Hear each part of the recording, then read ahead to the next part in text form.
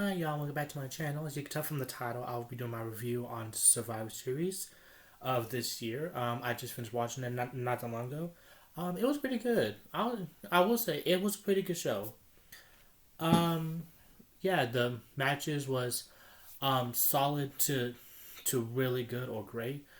Yeah, there wasn't really any bad matches. But yeah, I'm just gonna go over through each match, what my thoughts are, along with talking a little bit about the ending of it, and then along with key moments or big spots that happened, and then yeah. So without further ado, let's get to the video. So so it started off with the women's War Games match. Bianca Belair, Charlotte Flair, Shotzi, and Becky Lynch versus Damage Control. This was a really fun match. This was a really fun match. The crowd was hot. They got crazy. They were chanting. They ended up chanting, "This is awesome!" sometime in the match. Um, Damage Control looked really good in it. Like they looked really strong, and so did Bianca, Charlotte, Shotzi, and Becky. Like everyone looked strong in that match. Everyone looked good in that match. Some big spots. It was like when Io was on top of the cage and had a trash can, put it over her head, and then did a cross body onto everyone, and that was a callback to the women's War Games match at NXT in 2021, I believe. If not 2021, then it was 2020.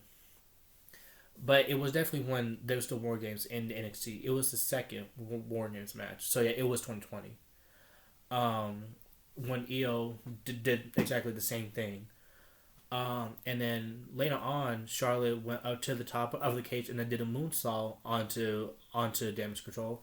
That was cool. And then we see a moment where Charlotte and Becky was teaming up and doing double team moves onto members of Damage Control, and then they ended up hugging, and the crowd went crazy. And then the end of the match was Oscar got taken out. Oscar, Kyrie, and Io got taken out, and then each person hit their finisher on Bailey, or like the signature move on Bailey. Um, Shotzi hit a sliced bread. Charlotte, I don't know if she had I don't think she had natural selection. Uh, Charlotte, okay, I remember it. Charlotte hit the spear on Bailey. Um, she was originally gunning for Kyrie, but Bailey took the bullet, and then after that, Shotzi hit sliced bread, and then after that, Bianca hit KOD on the Bailey, and then lastly, Becky hit Bailey with the manhandle slam from the middle turnbuckle through the table, and then she got the pin 1, 2, 3, and then yeah, Team Bianca got the win. Again, it was a really fun match. There was some like clunky moments, but to be honest, it was kind of expected. Like in a war games match, and don't really expect anything like pretty.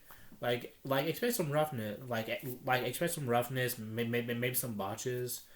Um, but but yeah, again, it was a real fun match, and I enjoyed it. So the next match is Gunther versus Miz for the Intercontinental Championship. This was a pretty good match.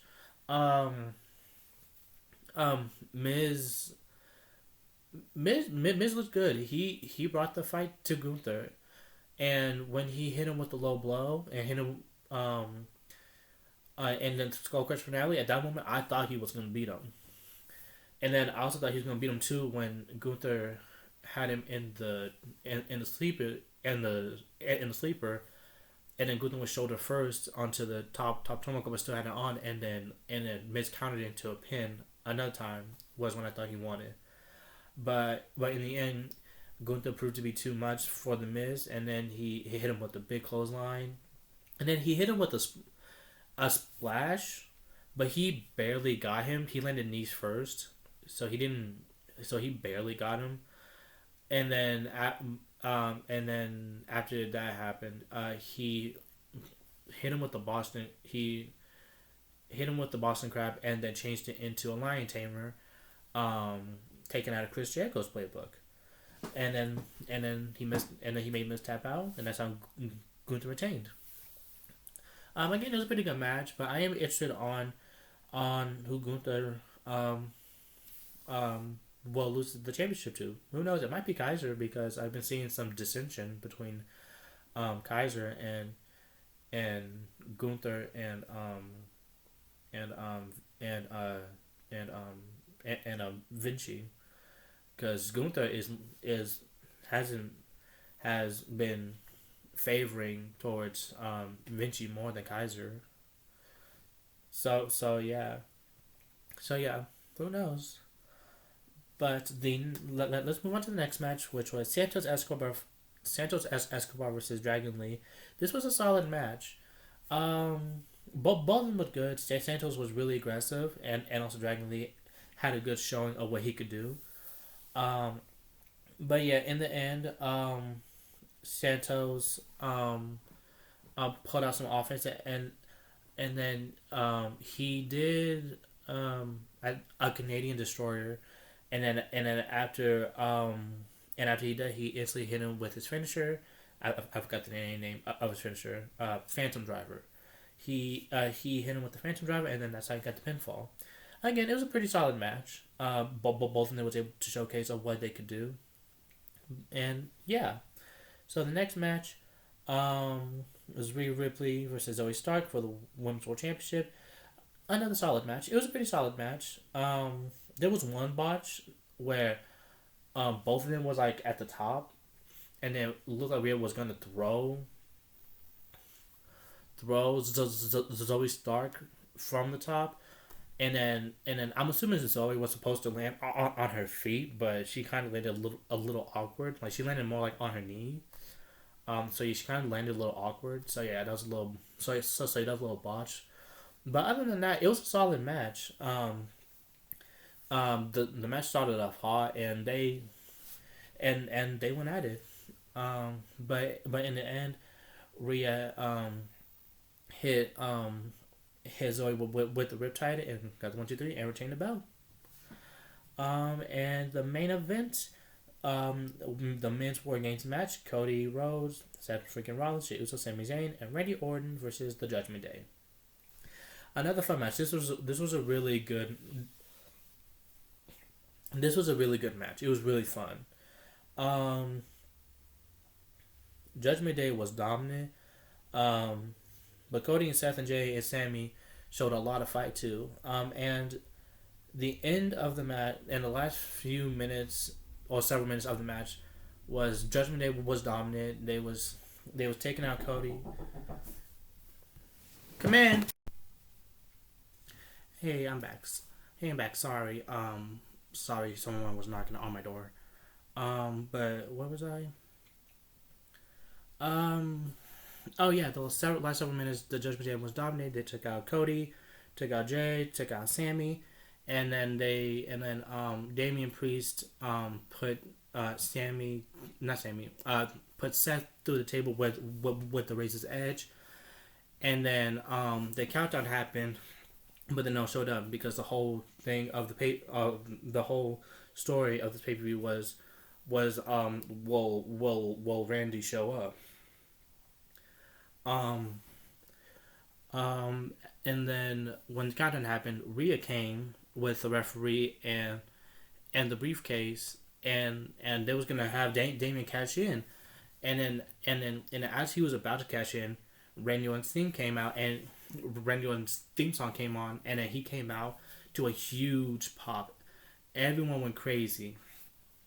He went to and Randy looked in real good shape too. He went he went inside. The War Games officially happened, and he was dominating. It then became an even playing field, and then at some point in the match, Jey Uso intervened on Damian Priest attacking Randy from behind, and then Randy hit Dominic with an RKO, and then the last couple minutes of the match, everyone was hitting um everyone was hitting Judgment Day with their finisher. Um, Randy got hit with Randy hit Dominic with the RKO. Then Seth hit Damian Priest with the stomp on the middle steel strip, and then Sammy hit Drew with the haluva kick, and then Jay followed it with a splash, and then also Cody hit Finn with the Cody cutter. So it was just JD McDonough, and JD McDonough got the worst of it. He was climbing up the cage to try and escape, but then Sammy and Seth caught him, and what we see, and then what we ended up seeing was probably one of, if not the nastiest RKO. They pushed, and Randy was ready. They pushed JD McDonough off of the cage into an RKO. That RKO was nasty, but that RKO was so good too.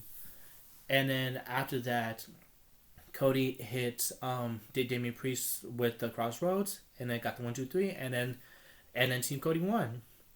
Again, it was a fun match. Loved seeing Randy return, and then just when I thought the show was ending, I hear CM Punk's theme, and then CM Punk came out. Now I'm gonna be honest. When I heard his music and I saw him come out, I was stone cold faced. If I'm gonna be honest, I wasn't like. I was not like, oh my god, he's back. I mean, to be honest, I wasn't really surprised at him returning because of not only all the rumors, but also they were in Chicago, so I kind of figured that they were gonna return. The shock of him returning is basically that he did end up coming back to WWE, considering on how he left. He left in bad terms. So yeah, that was kind of what shocked me. What was that? It's actually official, but seeing him or hearing his music, I was like, oh my god, CM Punk. No, I wasn't like that. But yeah, I'm not gonna lie. CM Punk does look better in WWE. Like when he made his return, he does look better compared to AEW. No shade. But yeah. Am I excited for him being back in WWE? It depends. What I am intrigued in is how he's gonna be like in this era of WWE, because this era is much different to the era that he was in when he was left. So much has changed. A lot of people have changed. Their careers have changed since CM Punk left. So yeah, I'm intrigued on how he interacted with people on promos or like matches, like a match with Cody, Randy, Roman, Seth, or like him fighting like new upcoming stars too. So yeah, that's what I'm mainly intrigued about on how he would do like in this era, since it's very different. Than when he left. Like, it's changed so much. But yeah. Considering of me being happy or excited him being back, like in general, I don't know. I'm kind of on the fence about it. Considering on all the drama that he's been involved in WWE, not WWE, in at AEW backstage, like behind the scenes. So I don't know. Like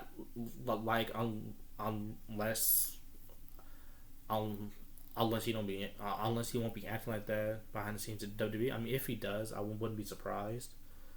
But yeah, again, I'm just on the fence. Yeah, that is the end of this video. Comment down below on your thoughts of Survivor Series. What was your favorite moment or favorite match? And tell me why. And don't forget to like and subscribe. And I'll see you next time. Bye.